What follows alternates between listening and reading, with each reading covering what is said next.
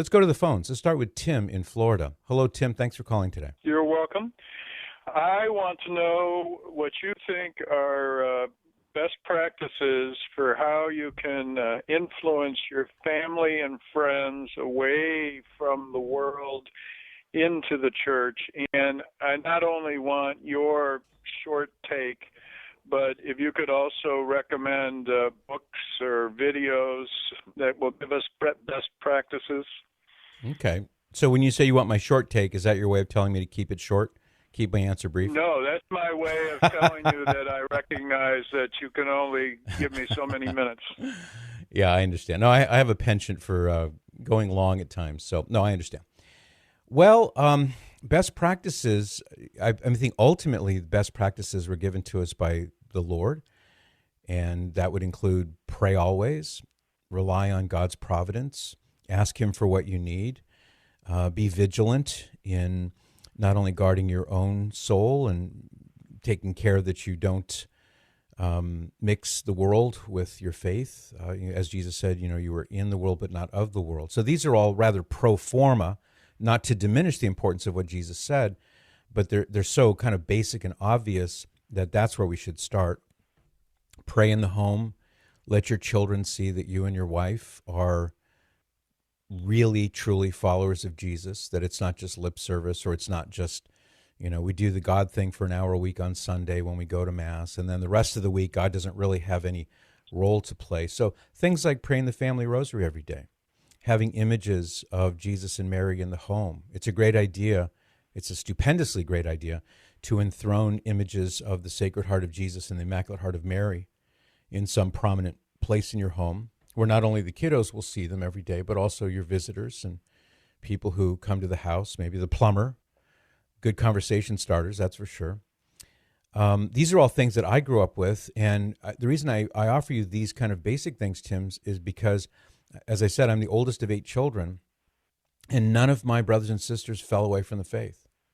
My parents had some kind of secret sauce going, and as I've looked back on it, I've tried to like reverse engineer. What did they do that made the Madrid household such that when things got crazy later in life and, the adult issues that unfold and marriages and all the other things that happen, how is it that they raised 8 kids, none of whom ever fell away from the Catholic Church?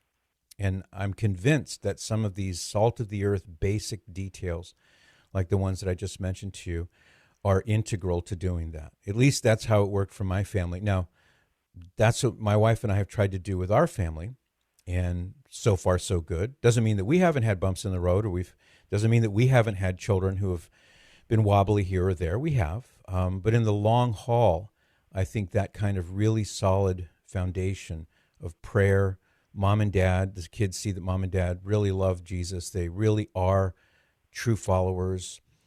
Images in the home, a prayer life that goes beyond just Sunday Mass attendance. If it's possible to give them a good Catholic education, that's great. Not everybody can afford that. Another thing, and this might strike you as maybe archaic because so many people are glued to their phones nowadays, but in my family growing up, we had a huge library in the living room. And so one thing that was beneficial for me was that I loved to read anyway. And so for me, reading was a treat, not a chore. But my mom and dad made sure we had tons of books in this library. And by what I mean by large library, the bookcases that my dad built in the living room, they were floor to ceiling. And we had like a cathedral ceiling in that part of the house. So we had thousands of books. And there were Lives of the Saints and all kinds of interesting things for us to read, and then more heady things as we got older. So that helped an awful lot. That helped me kind of read my way into a deeper, maybe a little more intellectual understanding of the faith. Another thing is that my mom and dad prayed for us assiduously every day. I didn't realize it at the time, but later on, each of them in their own way told us about how they would pray for us, especially praying the rosary, that we would remain close to the Lord, and we did. Not by our own power, but by God's grace. So those are some things that come to mind. On the negative side, I'd be really careful to the point of being strict about what you let your kids watch on YouTube and what apps you let them put on their phone and who they text and talk to. You may know from listening to the program that I'm a really big proponent of not giving your children smartphones unless they're at least, say, 16 years old, 17 years old, preferable. It's a disaster when you give kids smartphones and smart tablets that are connected to the internet, and even worse when they don't have any kind of filters. But kids are pretty adept at getting around a lot of filters. So giving your child a smartphone when he's 10 years old, 12 years old is just a stick of dynamite, in my view. And I've seen this happen so many times. So I would be really careful about those things. You want to protect them as much as you can. And in due time, you won't be able to protect them anymore. But if you've helped them grow strong and well-rooted in their Catholic faith, in their identity as believers in Jesus, then when your immediate influence begins to wane because they're moving on into college and they're not under your direct supervision, those lessons and that foundation that you poured early on will be the basis for them remaining strong in the faith. And things will happen, and there will be difficulties and perhaps even crises and problems, but they'll still have that foundation to work with. So off the top of my head, Tim, there's my short form answer, kind of on the positive side and on the negative side. What do you think? Well, two things. One, I love the metric about how all your siblings stayed in the faith. Could you tell me what the age range of your children is, and Sure. could you talk a little bit? I don't want you to. Obviously, there's only so much you could say, but can you mention? Can you give us a little more indication of how much the pollution of the culture has seeped in of this day as opposed to when you grew up? What I'm trying to say is, how much has the pollution of the culture seeped into your children? And I guess the other thing is, the last thing is, the more important thing for me is, I don't have a wife and kids. My task in my family and among my friends is to convince adult siblings, adult nieces and nephews, or almost adult, and how to influence them. Sure. So you're the caring uncle who wants to see your nieces and nephews retain their faith and not lose it. So they're not your children per se, but they're children that you care about. No, yes, and my nephews and my mother, and I'm the only one who's close to being Orthodox, and so you can imagine how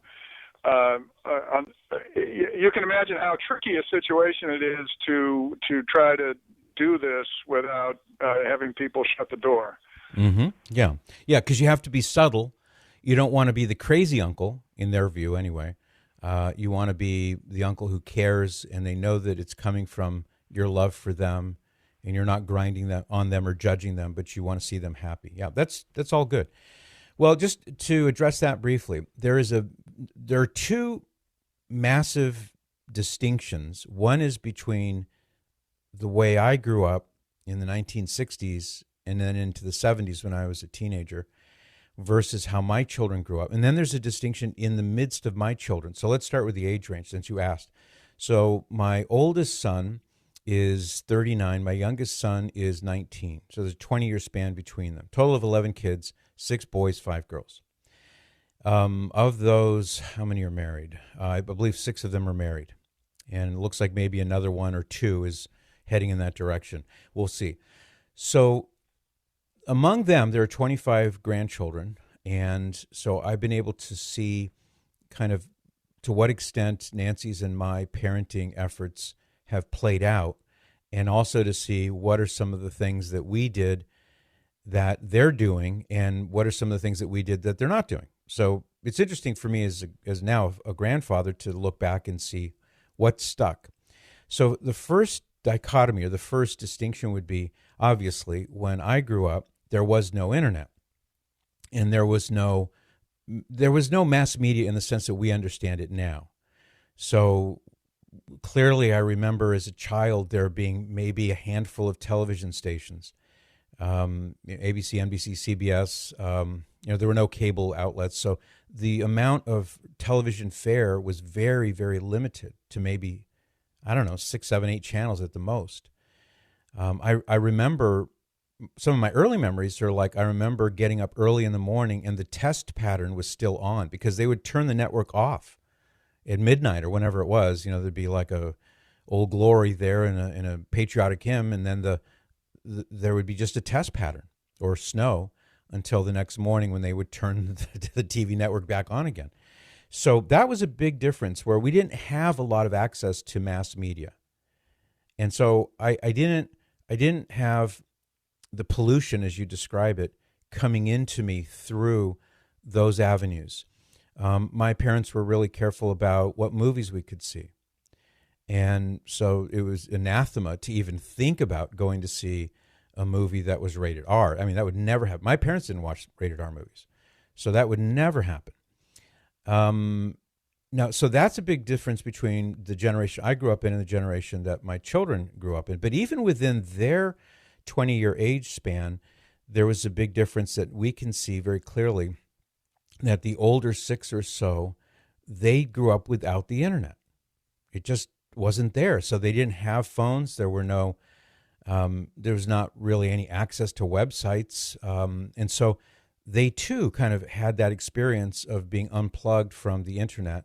But we definitely could see a difference in attitudes and in issues with the younger 5 who did have the internet. Now, without endangering the privacy of any of my children, because they're all adults now making their way in the world, I'll just simply say this. To be especially candid with you, one of my failures as a dad is that I gave in and allowed a couple of my kids to have smartphones too early. And I fought it, and I fought it, and I fought it, and I fought it. And I don't know. I don't know if I was just tired that day. I don't know what it was, but I got kind of worn down. And hey, Dad, everyone else has it. How come I can't have it? All my friends have this. How come I can't have it? And I'll be safe. And I won't do. And I look back on it, and nothing disastrous happened, but I realized that was a turning point where I made a mistake that I regret because I consented. I gave in. I caved in. Whatever. And I shouldn't have done that. I should have, in retrospect, said no. And I'm willing to be the unpopular dad if that's what I need to do. So I offer you that as just another data point. Giving kids smartphones is a disastrous idea if they're below, say, 17 years of age. And I know for many people that sounds ludicrous. It's like, what is wrong with you? I mean, this is the 21st century. Get it together. I still believe it. I really do believe that you're handing your son or daughter, or in this case, your niece or nephew, a stick of dynamite because of all the things that are out there that are not difficult to get to. And there are all kinds of crazy freaks out there who are trying to get to the kids. And they have all kinds of devilishly ingenious ways of doing that. So I take my stand. That's a hill I'm willing to die on, honestly, even though I know it's an unpopular view. So in our family, I did notice that the older 6 they all turned out well, but they turned out differently well than the younger 5 who had access to the internet.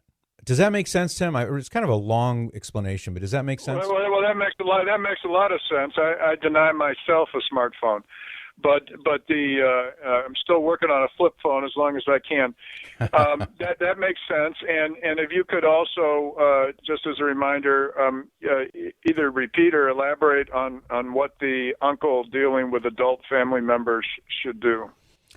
That's a question that I'm not as equipped to respond to from experience because although I am an uncle to many nieces and nephews, I haven't had as much time, I guess, to concentrate on that because I've been so busy concentrating on my own kids.